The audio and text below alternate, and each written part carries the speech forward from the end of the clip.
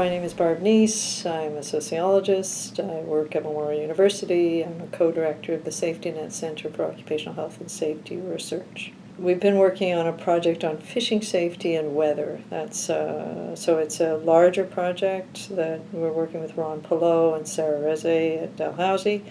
And then I'm working with Joel Finnis and James Shoemake, who's the PhD student here. So the larger project is about fishing safety and weather. Fishing is one of the most dangerous occupations globally, and is also very dangerous here.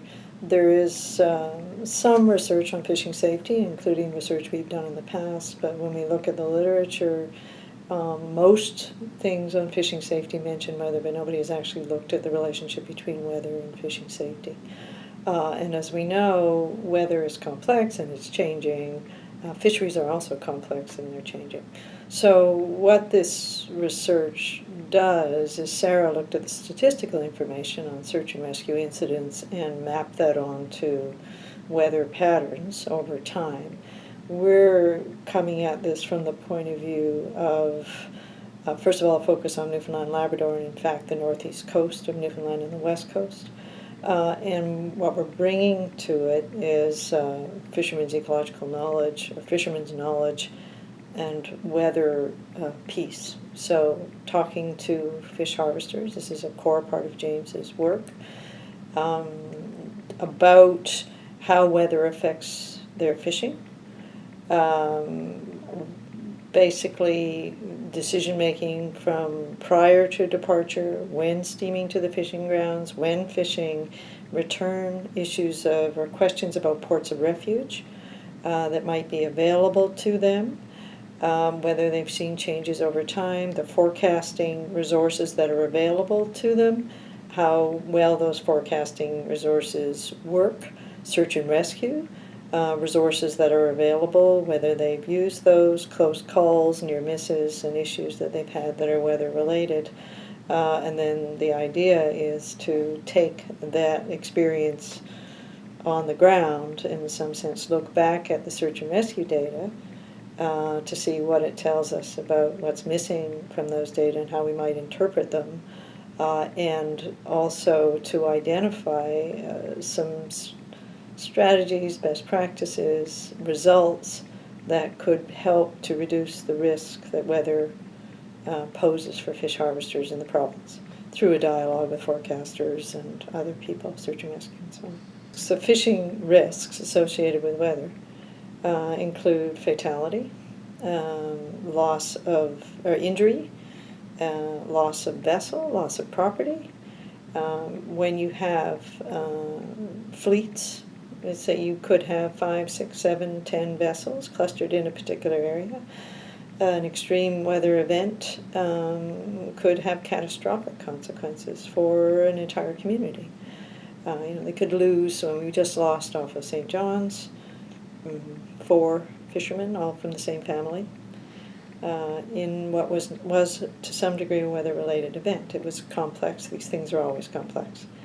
And the consequences for a small sub-community in St. John's, I suspect, were quite substantial. So there are two things. There's the immediate effects for families, but there's also the way in which forecasting resources and ports of refuge and so on map onto fishing distribution, fishing needs, fishing decision-making. Nobody has ever really looked at or mapped out the relationship between fishing fleet distribution and ports of refuge. So do we have ports of refuge where we need them? Do the ports of refuge that we have the capacity they would need in the event of an extreme event to accommodate the numbers of fishing vessels that would need to use those ports of refuge? Are the wharves maintained? There are those kind. And again, forecasting. What James has done is he's mapped forecasting zones onto fishing zones and mapped those onto climatological zones. And it becomes pretty clear when you do that that fish harvesters are probably having to use more than one forecast if they're moving any distance. We've seen that forecasts, Environment Canada knows that its forecasts, as they are presented, don't capture the complexity of things like wind speed in a micro space. So harvesters have to be able to accommodate for the gaps in the forecasts. They have to weave together forecasts. If you're fishing for more than 24 hours or 12 hours, you need to go into long-range forecasts, which are notoriously not particularly good for winds, and winds are probably a major risk factor. So there's a whole bunch of different agencies involved here: Transport Canada, Search and Rescue, Environment Canada, and so on. And fisheries management can play a role. We did a pre-test interview the other day with a fish harvester, who was saying, that there's a rule in the crab fishery, right? So you can have, in the cod fishery, you might have a big boat and a small boat. You have 2 licenses. You're allowed to fish together. But if you're fishing under the license of one person, then you have to fish on their boat. So if they happen to be the owner of the small boat, you might be more at risk of an incident than if you could choose the boat you wanted to fish on. Right? And in fact, he was concerned that had been a factor in the 4 fatalities that we just had. So fish harvesters are juggling all of these things. And if we're going to improve fishing safety, we need to look at it from their point of view as well as from the point of view of the statistical stuff, where there'll be a whole bunch of things that never turn up in those statistics. Because if they don't result in a search and rescue response, they don't appear. The project is myself, James Shoemake is the doctoral student who's involved, Joel Finnis is on his supervisory committee, and Joel's been bringing in the climatological information and expertise, and then Ron Pillow and Sarah Reze have their own project, but there's obviously the 2 projects are very closely linked, and they always were from the original conception. In terms of partners, we're working quite closely with the relatively new Newfoundland Labrador Fish Harvesting Safety Association. That was set up probably 2.5 years ago. And that includes on its board fish harvesters from the small scale, medium scale, and large scale fisheries, from the Marine Institute, which does fisheries training, from Department of Fisheries and Oceans, Search and Rescue, a variety of different, Workplace NL, which is the Workers' Compensation Board here, and also government, so the Health and Safety branch of government, which is responsible for inspecting fishing vessels.